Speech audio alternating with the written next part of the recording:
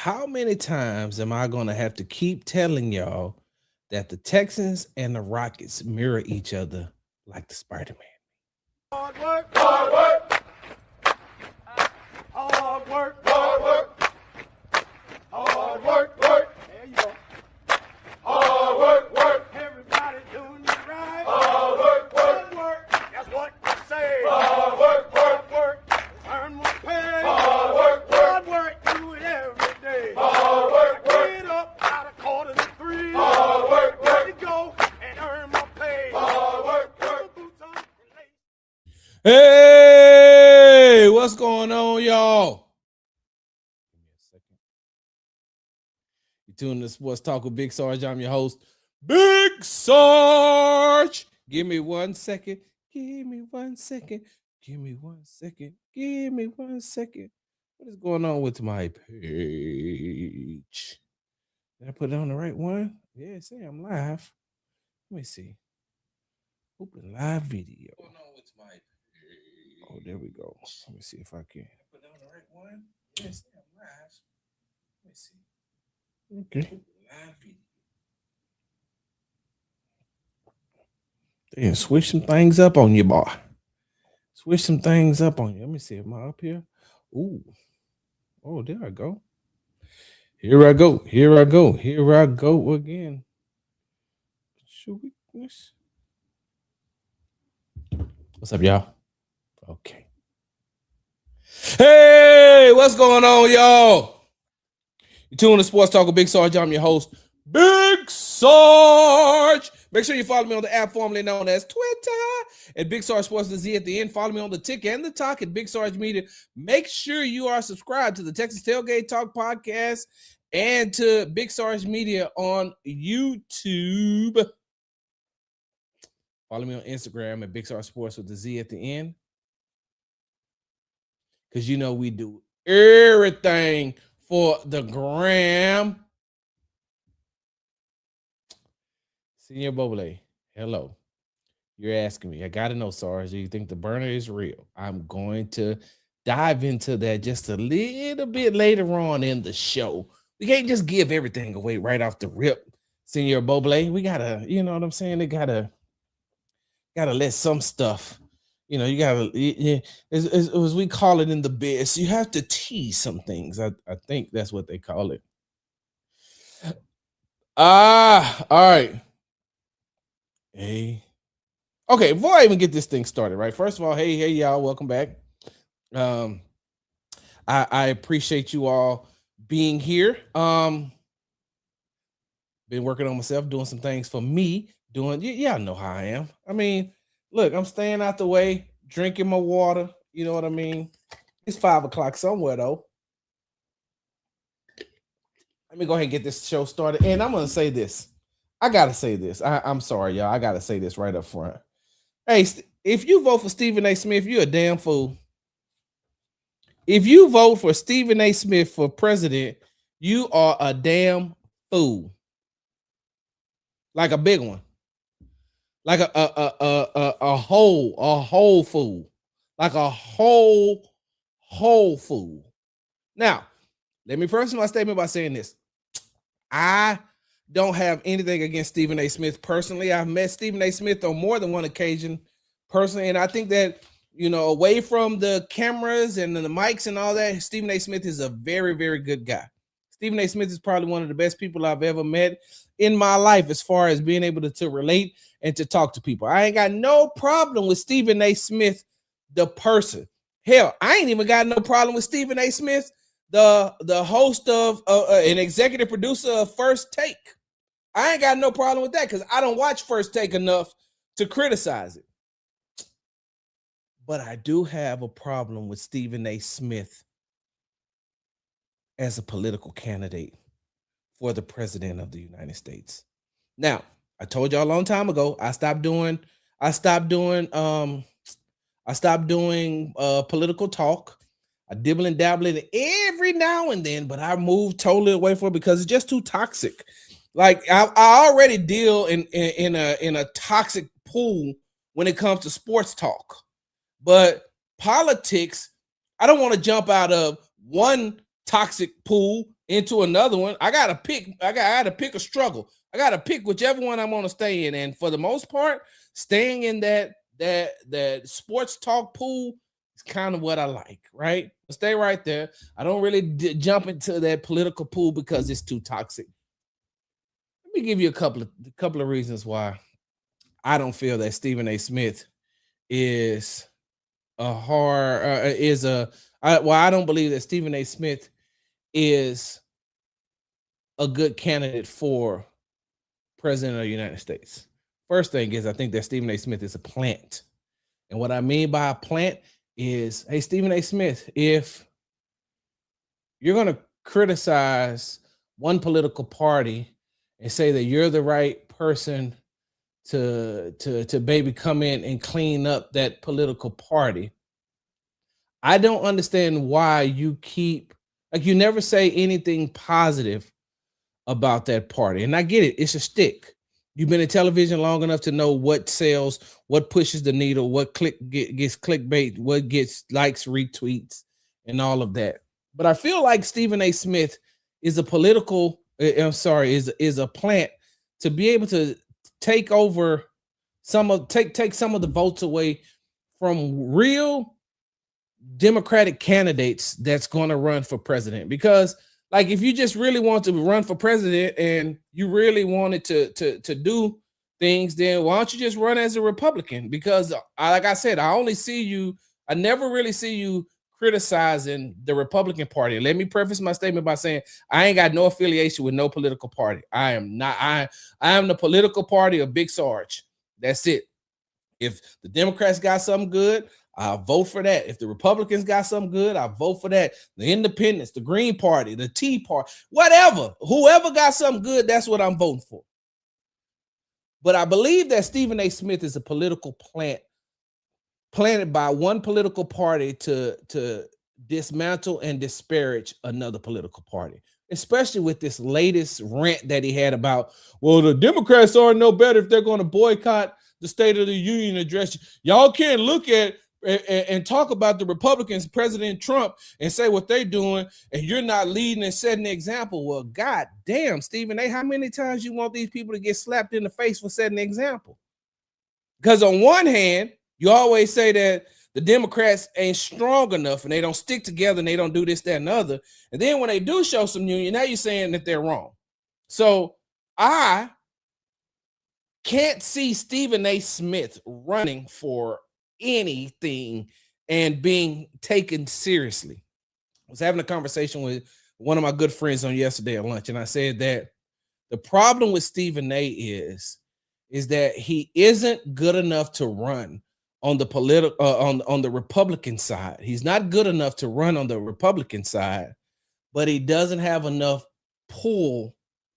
He doesn't have, not enough pull. He doesn't have enough people on the Democratic side, especially when it comes to the African American community, because you've ostracized. Look, I get it, Stephen A. It don't matter how much money you give to HBCUs. Hey, I appreciate it. I'm a HBCU grad. I went to Prairie View A&M University. PV, look, I understand all that. I understand what you're trying to do and the message you're trying to send. I just think that you're going about it the wrong way when you're trying to jump into these political waters. Now, maybe you're tired of being on the sports side, but you're not the right person, Stephen A., to bring politics and sports together, because you've ostracized so many in the African American community. There's so many people, so many Black people that have turned their backs on you and don't want to have anything to do with you, for you to be able to come and run, and people will think on both sides of the aisle that you could fuse things and make things better.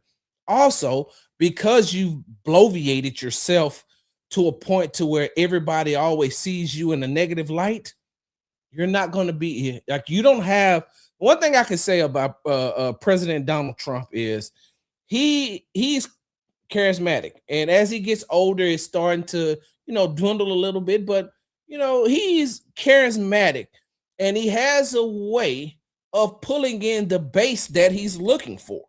He pulls in that base, he makes that base strong. Stephen A., you don't have that. You don't have a strong enough base. You don't have a strong enough base to have the backing that you think that to have the backing of running for the president of the United States. Hey, Stephen A., start with county commissioner, something like that. Start parks and recreation director. Start there, Stephen A. Start doing that. Run for judge of civil court. Run for county commissioner. Run for, like, start small. Don't try to shoot your way all the way up to the top, because you're never going to get there, because there isn't enough people that respect you on either side of the party. I had to get that off my chest. I've been holding on to that for a very long time.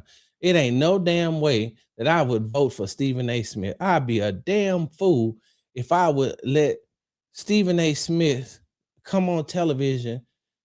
First of all, we're gonna get a million videos of him just walking to the podium. He gonna have video of himself walking all around. Well, they don't even have the Rose Garden no more because they tore that down. Like, I just don't want to see Stephen A. Smith on my television all the time talking about a whole bunch of nothing. We'll have to take a break. When we come back, I'm going to tell you exactly why the Houston Texans and the Houston Rockets are the exact same team. We'll be back. Hi, Laura Williams coming to you here from Easy Honda. Just want to remind you that this is my new home, and here at Easy Honda, we are here to take care of all your vehicle needs. From new vehicles to pre-owned vehicles, we've got what you are looking for. And if you're a business and you're looking for vehicles, we've got a great selection here at our dealership. For any information on getting your next vehicle here at Easy Honda, you can reach me at 281-224-3666. Remember to ask for Laura Williams. We make it easy here at Easy Honda. Hey, welcome back. What is going on with this thing?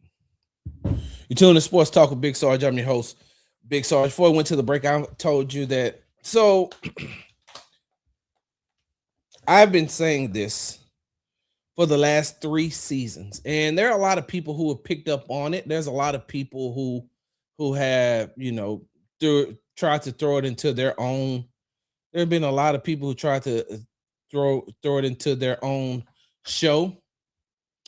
There's a lot of individuals who, heard me say this first and then grabbed it and took off with it like they came up with it, like it's their own. Hey, man, look, some of y'all are gonna have to start paying me residuals. I'm just saying, because I'm hearing, I see a lot of y'all clips, and a lot of y'all clips, Joe, sound like a lot of Big Sarge material. I'm just saying.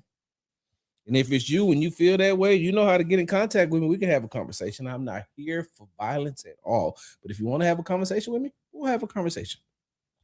So, like I said, I've been saying over the last 3 seasons, since the Houston Texans hired D'Amico Ryans to be their head coach, and since the Houston Rockets hired Ime Udoka to be their head coach, that those 2 teams have mirrored each other to a T.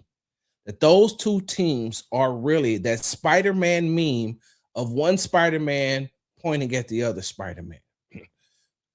Later on, probably before football season start, after basketball season and before football season, I will put out an article. I have exclusive quotes from Texans head coach D'Amico Ryans, and I have exclusive quotes from Houston Rockets head coach Ime Udoka about those 2 teams. I've asked both of those head coaches about how they see each other's team mirroring each other, as far as the success is concerned, as far as the failures are concerned. Because you think about it, with the way that the Houston Texans have played over the last 3 seasons, and them winning the AFC South 2 years in a row, and seeing them go to the playoffs for 3 years in a row, seeing them advance to the divisional round for 3 years in a row, after 3 years, 2 to 3 years of turmoil, and them being almost a dumpster fire over there off of Kirby.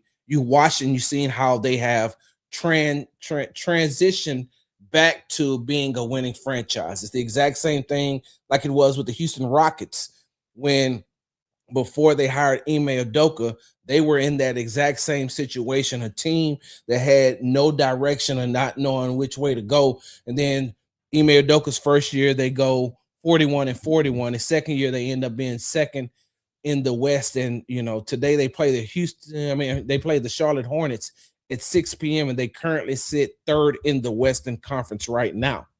Now, later on, we'll talk about Kevin Durant's alleged burner. We'll get to that. I promise you we will. But when you look at the Houston Rockets and when you look at the Houston Texans, right? And I call them the SpiderMan meme. Let me tell you why.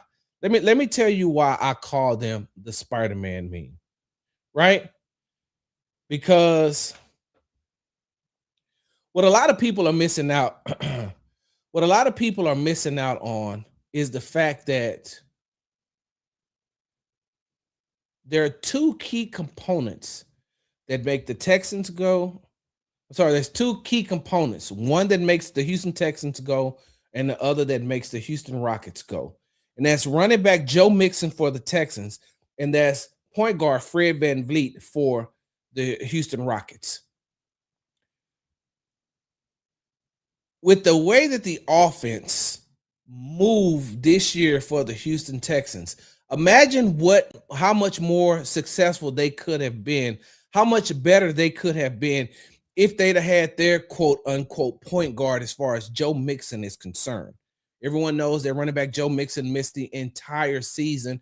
And with the Houston Texans, having to depend on Nick Chubb, who had suffered major injuries over the last 2 years, older running back. And don't get me wrong, I like Nick Chubb. I like what Nick Chubb was able to come in and do. But you had Nick Chubb, older Nick Chubb, and then you have a rookie in running back Woody Marks. And so you're trying to piece together that running game, all the while installing a new offense. And so when that happens, not only does that put a lot of things in disarray, because if you listen to any NFL head coach, one of the first things they're going to tell you is the key to offensive success is being able to run the ball. If you don't believe me, go back and watch the Super Bowl between the Seattle Seahawks and the New England Patriots. Go back and watch that. Who was the MVP? Don't worry, I'll wait. Who had the most? Okay, now I know when I say this, some of y'all will be like, who's the kicker? No, it was not the Seahawks kicker who had the most impact. He just did his job, but all of that was set up because of the way that running back Kenneth Walker played. There was times that they didn't even have Jackson Smith and Jigba on the field, and Kenneth Walker was able to do the things that he needed to do in order to help the Seattle Seahawks win the Super Bowl. You got to have, they'll tell you, matter of fact, they'll tell you that from Pop Warner football all the way to the NFL, that in order to have a successful offense, you've got to have a good running game. Your running game has to be effective. Your running game has to be efficient. What the Houston Texans did not have this year was an effective and efficient running game, all the while trying to get a rookie running back up to speed, all the while trying to get two rookie wide receivers up to speed, all without having Tank Dell, who was out for the entire season. And so when you look at the loss of Joe Mixon's absence just didn't affect what the Houston Texans was trying to do on the field, but in the locker room as well, because Joe Mixon is a locker room leader. Joe Mixon is a guy that those players respect, those players listen to, and they know that he is one of those guys that is going to go out there and put it all on the line.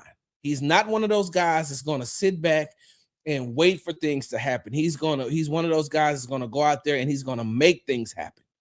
And so when you don't have that, when you don't have an effective running game, then that makes everything else kind of just move a little slower. That makes everything not as crisp and clean as you like it to have, especially when you got a running back like Nick Chubb trying to get back up to speed, when you have a rookie running back trying to learn his way in the NFL, trying to learn how to go to that next level. If you'd have had Joe Mixon, you'd have been able to bridge that type of stuff by drafting, Woody Marks. Nick Chubb probably wouldn't have been here, but that key component of not having an effective running game is one of the reasons why the Houston Texans offense didn't look as good as some may have thought coming into the season. Okay, we know that CJ is going to be in a new system. We know, Nick Caley has been on this. If you'd have had Joe Mixon, it'd have looked totally different in my eyes. I say that to say this. It's the exact same thing that the Houston Rockets are going through right now without point guard Fred VanVleet. I understand. A lot of you all want to criticize Fred and you want to talk about Fred, but you are not watching exactly what Fred VanVleet brings to the Houston Rockets in totality. Everything I just said about Joe Mixon is exactly what I can say about Fred VanVleet. Like I said, the Texans and the Rockets are the SpiderMan meme. They're pointing at each other. They're like, I'm you, me, or whatever the case may be. Look at the way that the Rockets offense is running without a true point guard, a true leader on the floor in Fred VanVleet. Now, he's still in the locker room, so he's still able to talk to some of those guys. He's still in the he's still in the locker room. He's still, on the bench helping, but they are missing his presence on the court, just like the Texans were missing Joe Mixon's presence. You see, when things start going all wild and haywire, if you've watched the Rockets since Fred VanVleet has been here, he's one of those people that will calm everything down. Not only will he calm everything down, he knows exactly where everybody's supposed to be. So he's putting people where they're supposed to be. Hey, Alpy, you go right here. Hey, Jabari, you go right here. Hey, Tari, you go right here. And imagine if you'd have had Fred VanVleet and Kevin Durant on the floor together. That's why it looks so discombobulated.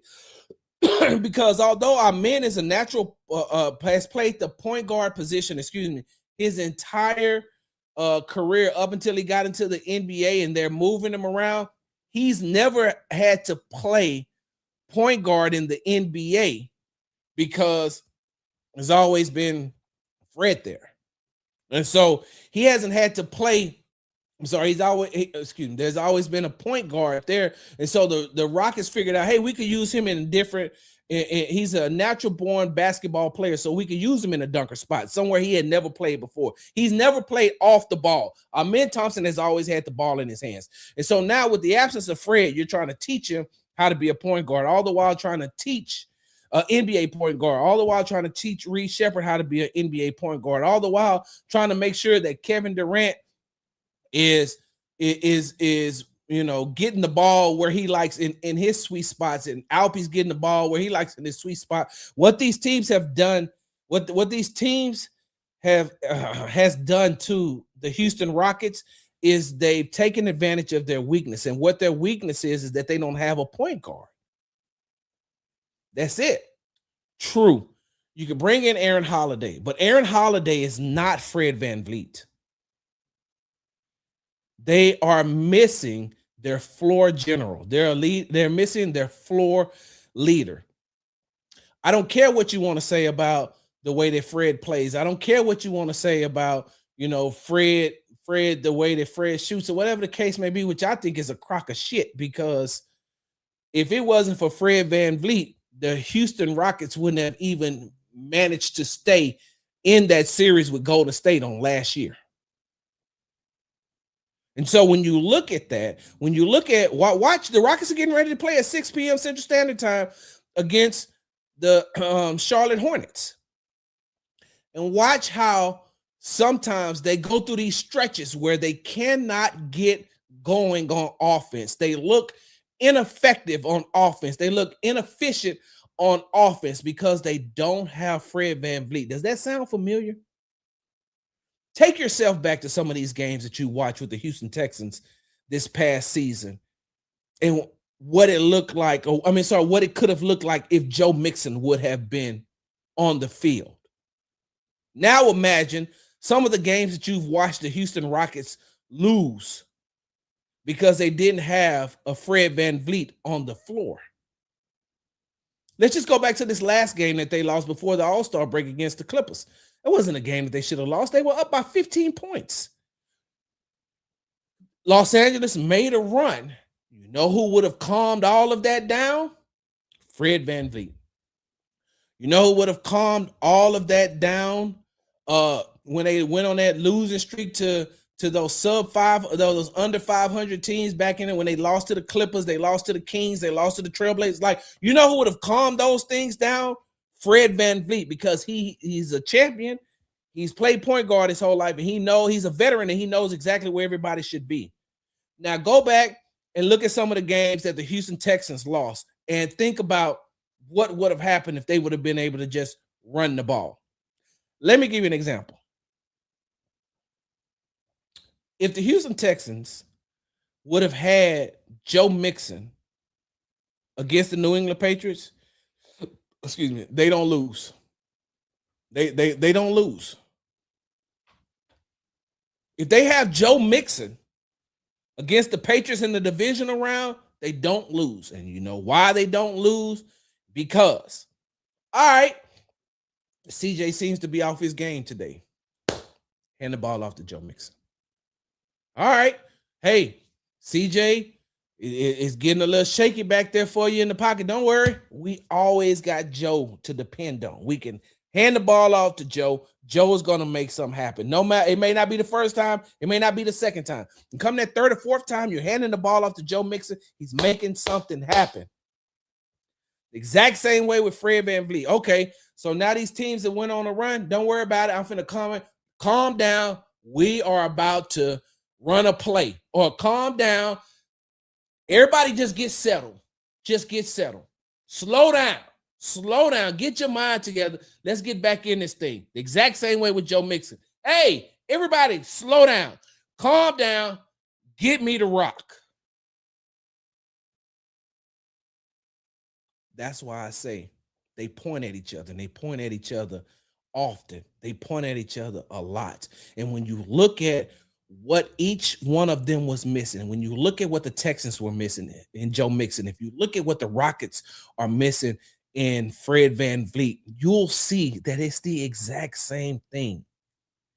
That's why they mirror each other. Because imagine what the Texan season would have been if they would have had Joe Mixon. Now imagine what the Houston Rockets season would be, where they would be right now if they had Fred VanVleet on the floor. Sorry, you preaching. I know. That's why I'm the best. I don't give a damn who else you listen to. And I mean, that ain't no shot at nobody else, but if you take it as a shot, I honestly and truly don't care. This is why I'm the best.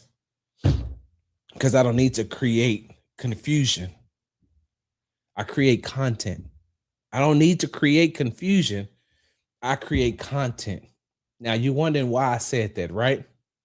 I said that because when we come back from the break, we're definitely going to have to talk about all this bullshit behind CJ Stroud's name as far as trade is concerned. I'll tell you how, and I'll take you behind the fifth wall and show you how these buzzwords that these people are trying to use to get clicks, likes, and retweets is doing nothing but causing confusion.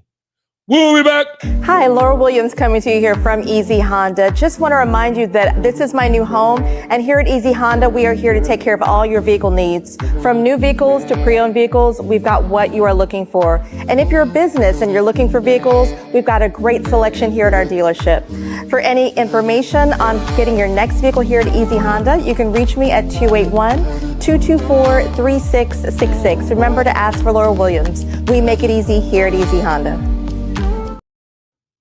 Y'all give me a second. I got to prop my own self up over here. I got to tweet this out. It says, I'm cooking on this show for real.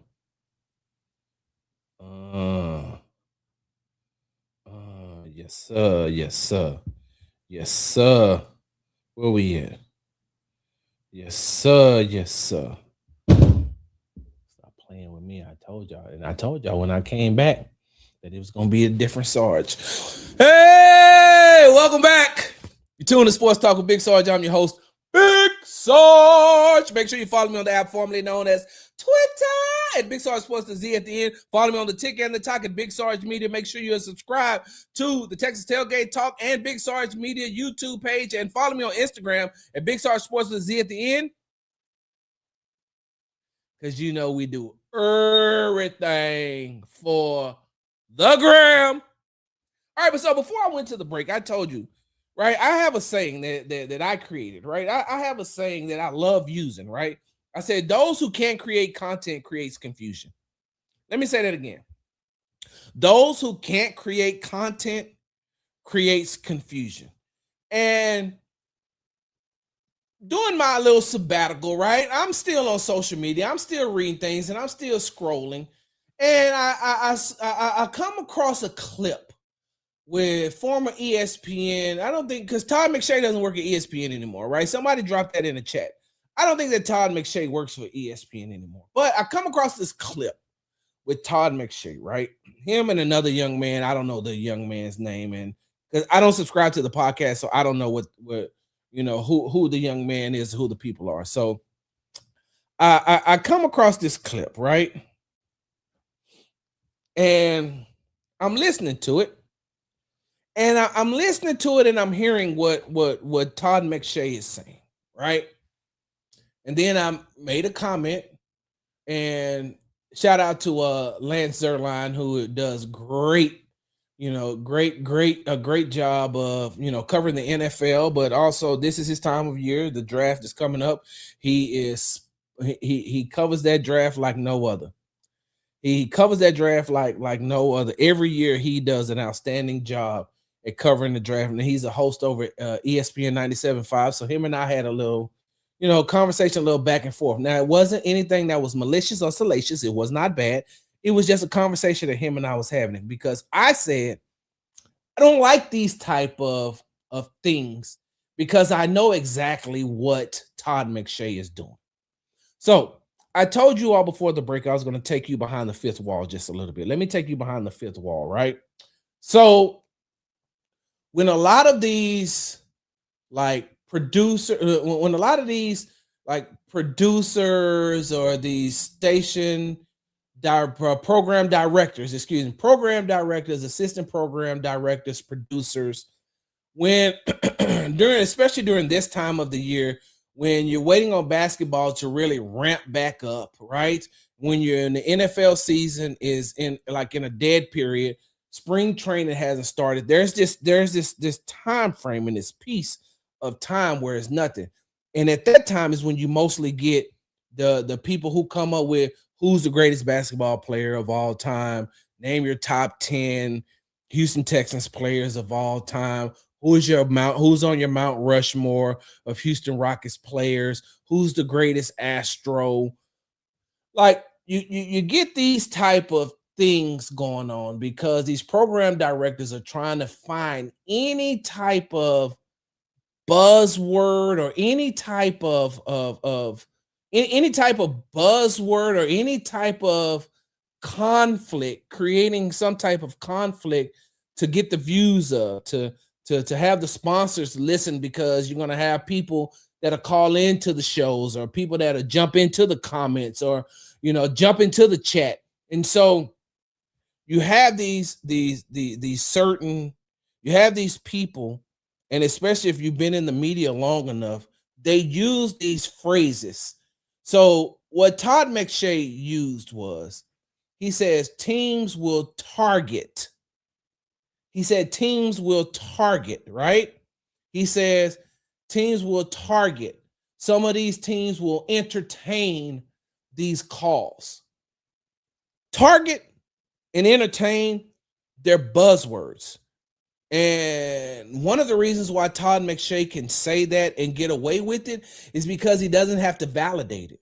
See, when you say that such and such has been targeted, right? You don't have to validate it because you just say it's being targeted, right?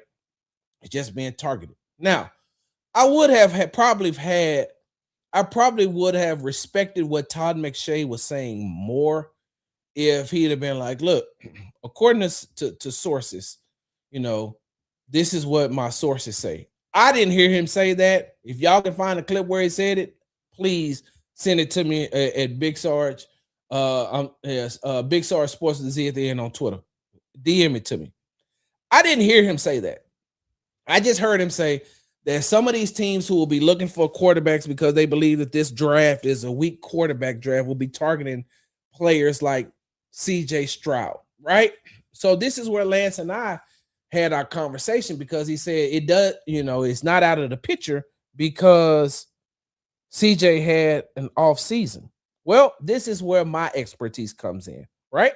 And it's still out there. I did not take it off, and I don't think that Lance would take it off. But this is where I had to step in and say, nah, it's different.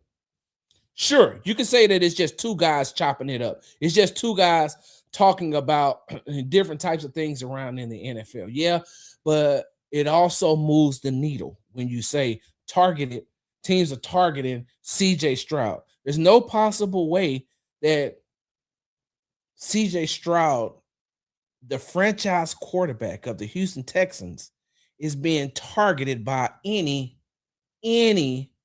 general manager, because they know that the Texans aren't going to give him up.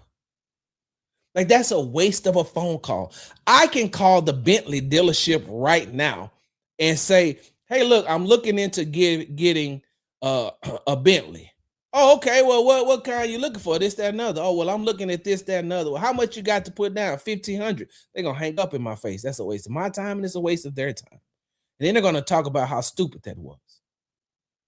Well, CJ isn't a franchise quarterback. He didn't prove it last year. Well, let's just take some things into consideration. Some of the things that the organization takes into consideration. You know what the organization takes into consideration?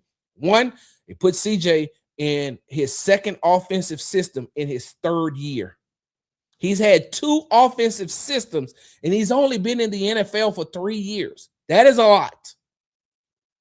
2, remember we talked about earlier in the show, Joe Mixon. No Joe Mixon, right? No effective running game.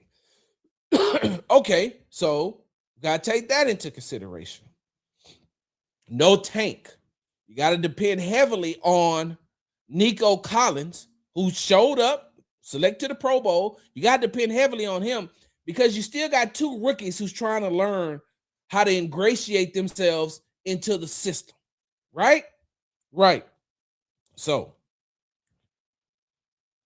new offensive system, running game, wide receivers. And then here's the biggest thing, right? Here's the biggest thing, the offensive line. Sure, we can have revisionist history and talk about the way that CJ Stroud played in the playoffs. Of course. Hey, let's talk about that. But when you talk about that, you also got to throw in, hey, man, he didn't have the best protection either. Now, some of those decisions, I'm not trying to give CJ a complete pass, right? Because some of those passes, no pun intended, but some of those passes that he made, those were horrible decisions by him.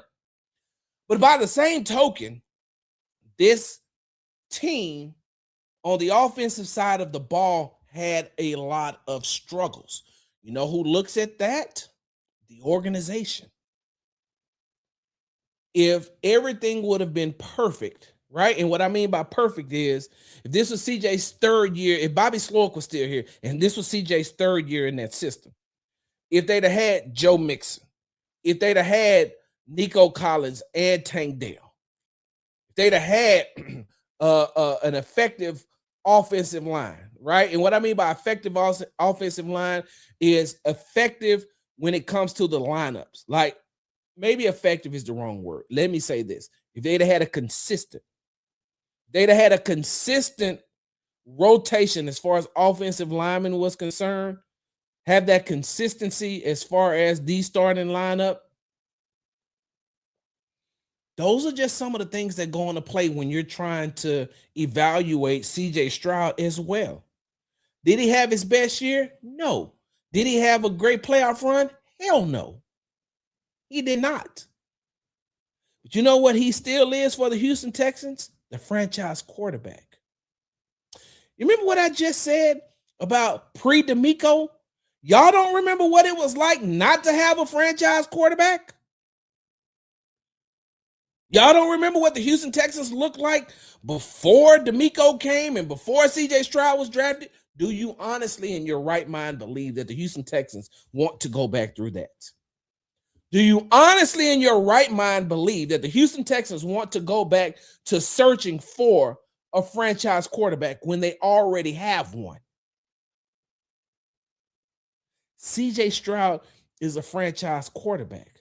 So all these entertain and target, that's nothing but buzzwords to get likes, retweets, clicks. It's clickbait. Sure, a general manager can pick up the phone and call Nick Caserio and say, hey man, just want to know what you're looking for CJ Stroud. If I was the owner of that team and I found that out, you know what I tell my general manager? Your ass is fired. Why would you do that? That was stupid. That was a waste of time. Well, you never know what could be on Nick's mind at that time and you know what he may be looking for. Shit, if it was left up to Nick, then maybe, but it ain't left up to Nick. Listen to me now, believe me later on. It ain't just left up to Nick to make those type of decisions. Do you know what it takes? Do you know what it takes to get CJ Stroud traded?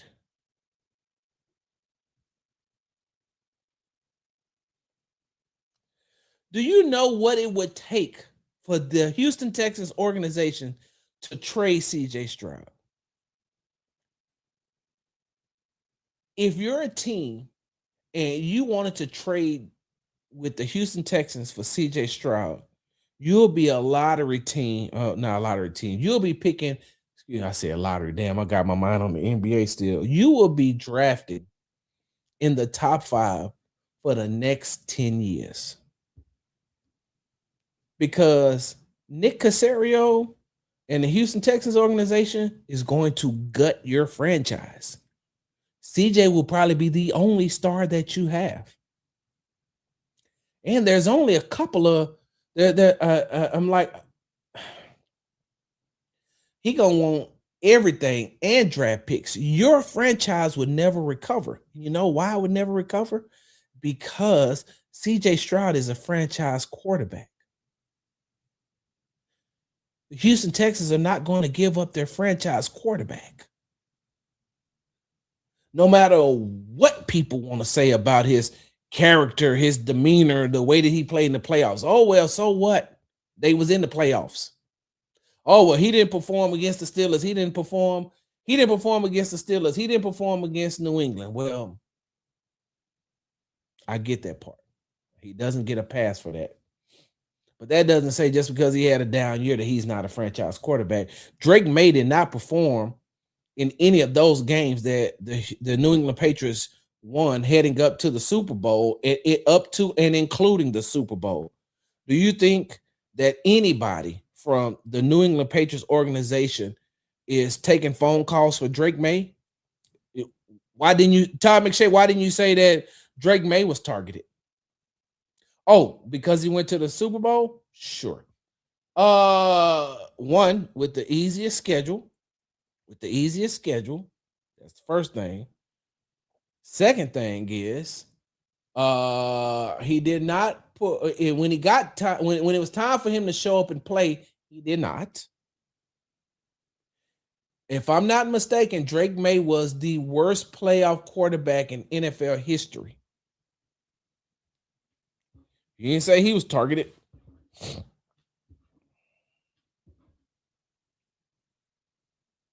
It's a buzzword, y'all. Targeted. What did it say?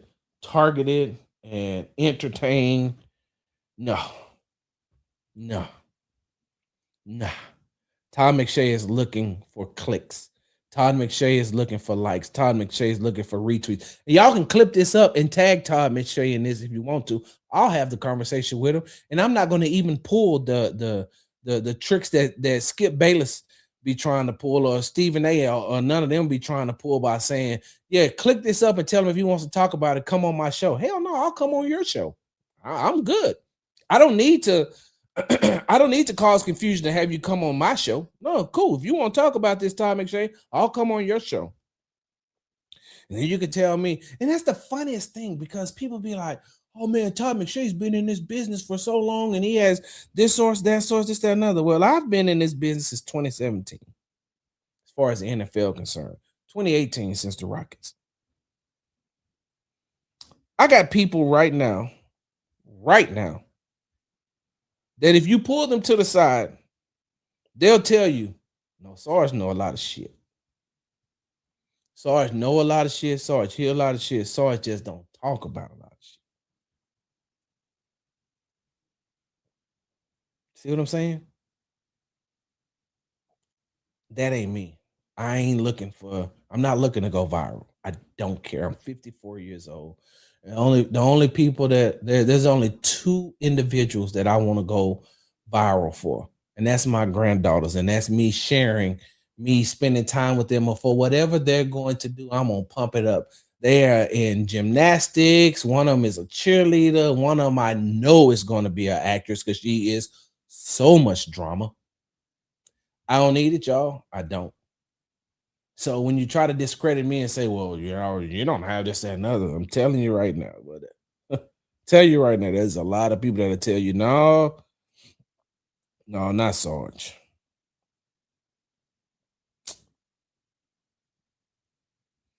How you know that? Well, just go back and look at when the Deshaun Watson stuff broke and what Sarge tweeted out. He didn't tell you shit. He just said, hey man, you too rich and famous to be doing some stupid shit like that. Then bam. So yeah, so I'm not trying to go viral. All I'm saying is, Todd McShay, you know who you sound like another guy that I know that covers another NFL team. I'm not going to say his name on here. He'll see this and he knows who he is. He's probably watching right now because he likes to hear if I'm going to say his name so he can retort. So you know who you are. There's another content creator who covers a team out of the NFC North that when his clicks get low, he quickly puts CJ Stroud name in something. He quickly compares CJ Stroud to Jordan Love when there really is no comparison, because Jordan Love has been in the league way longer than CJ Stroud. But you love to throw in CJ's name and talk about how much worse he is than Jordan Love and how he can't hold a candle to Jordan Love. Every time I can tell when he needs a boost to keep his bosses happy, because the first name he mentions is CJ Stroud. And the sad part about it is he uses it under his own name. He tweets those things out under his own name. He don't even use a burner. We'll be back. Hi, Laura Williams coming to you here from Easy Honda. Just want to remind you that this is my new home, and here at Easy Honda, we are here to take care of all your vehicle needs. From new vehicles to pre-owned vehicles, we've got what you are looking for. And if you're a business and you're looking for vehicles, we've got a great selection here at our dealership. For any information on getting your next vehicle here at Easy Honda, you can reach me at 281-224-3666. Remember to ask for Laura Williams. We make it easy here at Easy Honda. Hey, welcome back. You're tuning to Sports Talk with Big Sarge. I'm your host, Big Sarge. Hey, I want to thank everybody who's taking their time out right now to watch this. And if you feel like the content was really good, hey man, share it. Share it. Please share it. There's going to be some people out there that's going to want to see this that will agree. Some out there that want to disagree. It doesn't matter, man. Let's just put it out there. I'm such a kind soul. I'm such a good guy. Okay. Let's talk about this before I get ready to leave. All right. Let's see. 49. Let's talk about this. So, over the weekend, the NBA held its annual All-Star game, which, side note, hey, that's one of the most competitive, All-Star games I've seen in a very long time, and I like it. I like it a lot. That's why I like when Kevin Durant when he was asked before the All-Star break about the old heads, and he was like, "Hey, look, have you seen these guys? They don't really play hard or whatever the case may be." And I think he fueled that. I think he fueled that competitiveness in other players. Definitely in San Antonio Spurs center Victor Wembanyama, who said that, "Hey, look, I'm coming to play," and that fueled Anthony Edwards, who was the All-Star game MVP. He's like, well, look, if Victor about that life, then I'm about that life too. Y'all know Anthony Edwards don't back down from anything, and you know he can play. And so I like that. And I even asked Kevin Durant on what's today? Thursday. I asked him on Wednesday, does he think that his comments made the game more competitive? And he said no.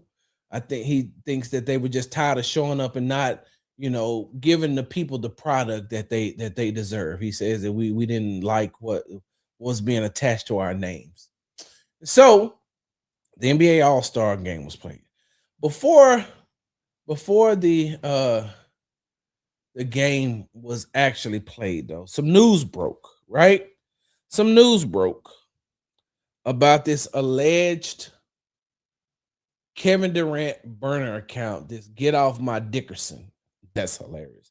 It's like Get Off My Dickerson, and it was like something else. Get something 77. I forgot what the other one was. Get Off My Dickerson, and hold on. Let me see. Cause give me 1 second. Here we go. Get Off My Dickerson and Get Higher 77.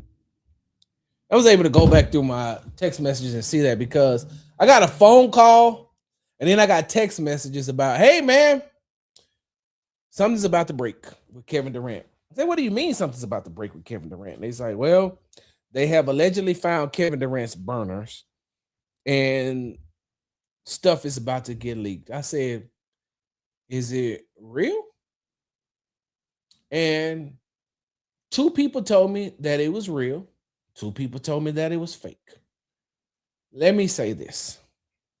A couple of things, right? One, it's very hard to believe things nowadays with the way that AI and Chat GPT and all of that is operating. You don't know what's real. You don't know what's fake. You don't know what. There's a look. If you have some time, just go through and do search from guys who have been catfished, guys and young ladies who have been catfished by AI pictures or AI videos and gotten scammed and things like that. Right? And side note, I know Kevin Durant came out a while ago and said that he had a burner account or whatever the case may be. So there's some guys that was in that group chat that was like, no, this is KD, this is KD, this is KD, this, that, and that. Okay. I was asked earlier about my opinion of it. And let me just say this. From being around Kevin Durant as much as I have, I honestly and truly do not believe that that's him saying those things, especially about his current teammates. There's no possible way he would call Jabari Smith Jr. the R word. I put the clip out on numerous occasions when KD was with the Phoenix Suns, and I asked him about the Rockets team, and he talked about how he watched that team, and he's watched Ime, and he's watched the way that everything has transpired with them, and he's like players like Jabari Smith Jr. I've been watching him since high school, right? KD was letting Jabari come work out with him before there was even a thought of Kevin Durant joining the Houston Rockets. Jabari has worked out and played against Kevin Durant on numerous occasions. So do I think that he called Jabari the R word? I do not think that. Do I think that he would say those things about Alperen Sengun? No. And the reason why I don't think that he would say those things about Alperen Sengun in a group chat is because the things that were said is some of the things that Kevin Durant has told Alperen Sengun in some form or fashion. Maybe not those words verbatim, but you've seen him be visibly upset at him and Sengun going back on the court. He doesn't need to run to a group chat to tell them how he feels about the way that Alpy does things sometimes. Go back, and there's been numerous games, but go back and look at the game when the Rockets played the Detroit Pistons, and look at the exchange between Kevin Durant and Alperen Sengun. He doesn't need to put that. He doesn't need to put that in a group text. Those are the things that he would say to Alpy on the court during the game. Those are the things he would say to Alpy on the court after the game. Those are the things he's probably pulled Alpy to the side and talked to him about. And there's a clip going around where someone asked Alpy about, does Kevin Durant be on his phone like that after the game? And Alpy said, I don't talk about locker room stuff. I don't discuss locker room things. We talked about this fifth wall earlier. I'm going to take you behind the fifth wall just a little bit. One of the main reasons why I don't believe that Kevin Durant would say that in a group chat is because on numerous occasions, I've walked into the locker room and KD is talking to Alpy and telling him some things he could have done. And then Alpy's telling him some things that he could have done. I've walked into the locker room and seen Jabari and Kevin having a discussion about some things that at one time I walked in, it was KD, it was Jabari, it was Tari, and it was Amen. And they were all sitting there and they were going through things that went on the court, and they're talking to each other and said what they could have done better, this, that, and other. Then KD has even said, yeah, I could have moved here, or I could have done this a little bit better. I don't believe that he has to. I can only speak about what with the Rocket stuff. I don't know about what Get Off My Dickerson said. What's going on, Tay? I don't know what Get Off My Dickerson, who they allege was Kevin Durant. I don't know what he said about Russell Westbrook. I don't know what he said about Steph Curry. I don't know what he said about Kyrie Irving. I was not around during those times. I can only give you what I know about Kevin Durant from his time with the Rockets currently. And I'm saying to myself, that don't even sound like something that he would say in a group chat, because most of the times you go in a group chat and things like that, you be saying things that you don't want people to know. If he felt that way, he gonna tell them. He does. Let me tell you something about Kevin Durant that you all may not know. He don't bite his tongue for nobody. At no given time will Kevin Durant ever not tell you how he's feeling if it's appropriate, right? If it's appropriate. You know what else Kevin Durant does? He takes accountability upon himself. So when he has 8 turnovers in a game, you know what he comes and say? It was on me. When he missed those 2 free throws, when he missed that free throw to start the season against Oklahoma City, and they lost in double overtime, he missed the free throw and he fouled out. He fouled out when he fouled SGA. You know, one of the first things he said, it's on me. When the team doesn't, when the team loses, the first thing he says is, what could I have done better? He does not bite his tongue. So with that being said, when it comes to this Rocket stuff, I don't believe it. I do not believe it. And I can only speak for the Rocket stuff. I can't speak for everything else. You're going to have to talk to somebody who's covered him when he was in Phoenix. You're going to have to talk to somebody who covered him when he was in Brooklyn, covered him when he was with Golden State, covered him when he was with OKC. Like those things I can't speak to because I don't have firsthand knowledge about that. I got firsthand knowledge when it comes to the Rockets. And that's why I say I don't believe that he would say those things about Jabari, and I don't believe that he'll say those things about Alpy. What I do believe that if he has an issue, he goes to them and he'll tell them, hey, man, look, this ain't going right. And on the flip side, they tell him too. See, I think y'all think that KD walks into the Houston Rockets locker room and everybody knows his accolades. Everybody knows who he is. Everybody knows that he's Kevin Durant and he is here. He's going to go down as one of the all-time greats. It doesn't mean he can't be talked to. It doesn't mean he can't be told that he made a mistake too. And he welcomes that. He invites that. He has told me on numerous occasions, hey man, the only way we're going to get better is if we communicate.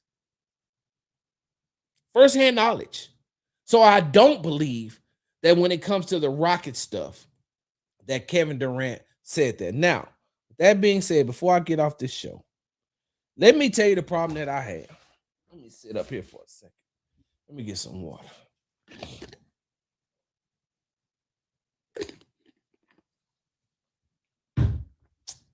Y'all give me 1 second.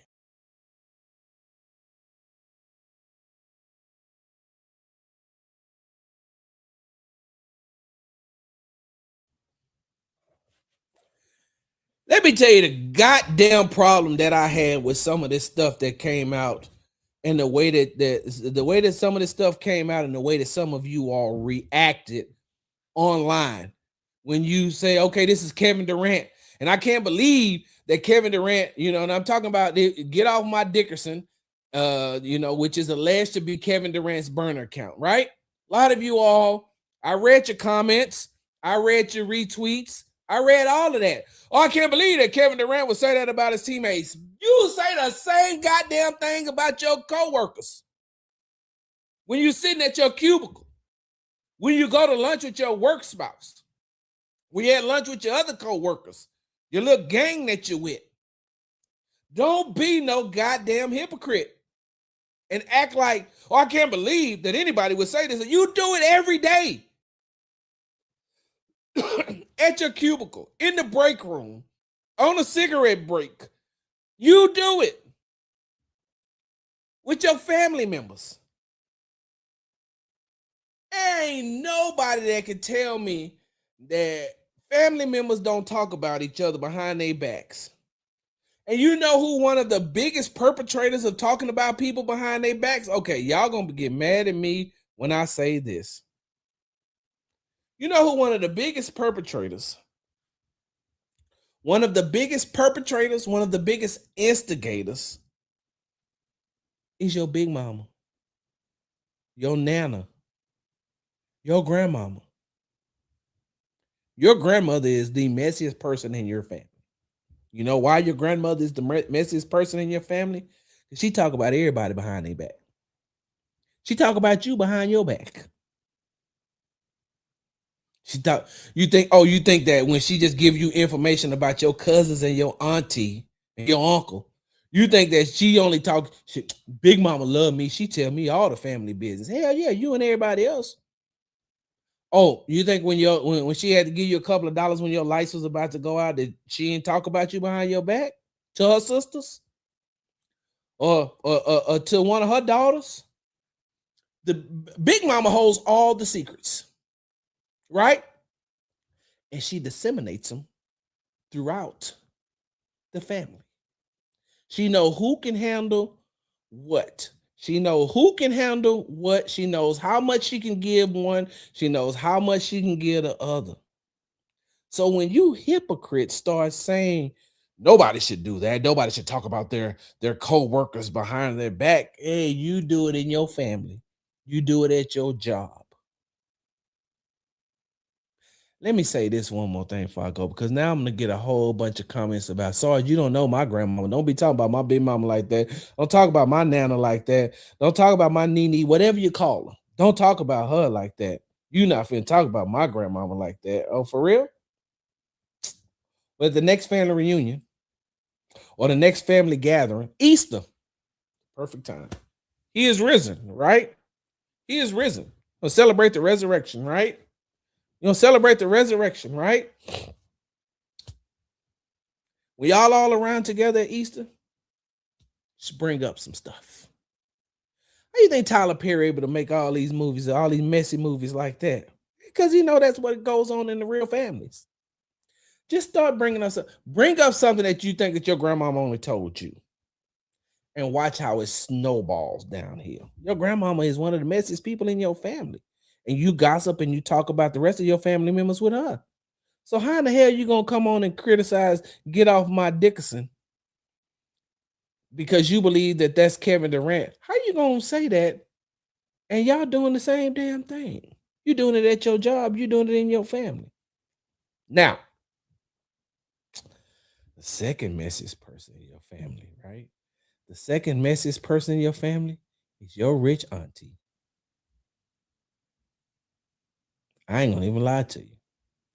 Your rich auntie is probably your rich auntie is the second most messiest person in your family.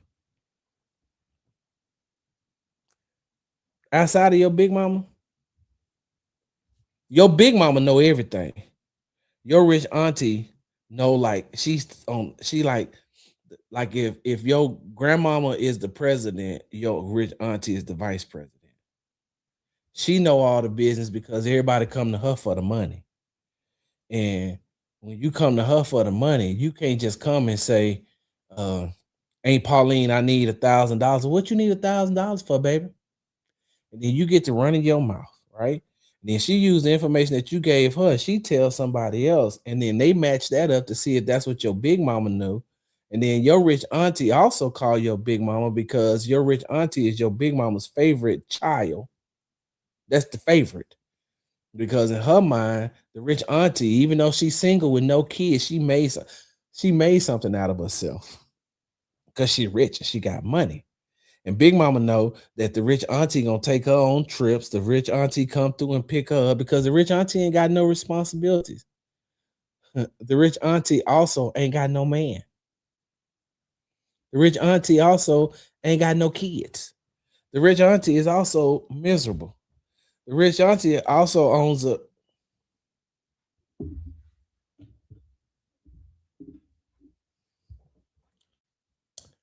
You've been tuned in to Sports Talk with Big Sarge. Make sure you follow me on the app formerly known as Twitter. I can't say that y'all rich auntie use a device that has double D batteries. Well, what is it? It's a USB cord now, right? They don't use batteries no more. They just use she can't stand. Follow me on the app formerly known as Twitter. Make sure you subscribe to the Big Sarge Media and Texans Tailgate Talk YouTube page. Make sure you follow me on the Tick and the Talk at Big Sarge Media. Oh my God. Make sure you follow me on Instagram at Big Sarge Sports to Z at the end because you know we do everything for the gram. Rich Auntie probably getting her head knocked between the wash and the dry.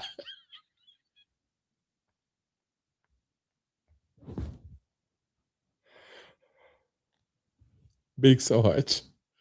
I'm out.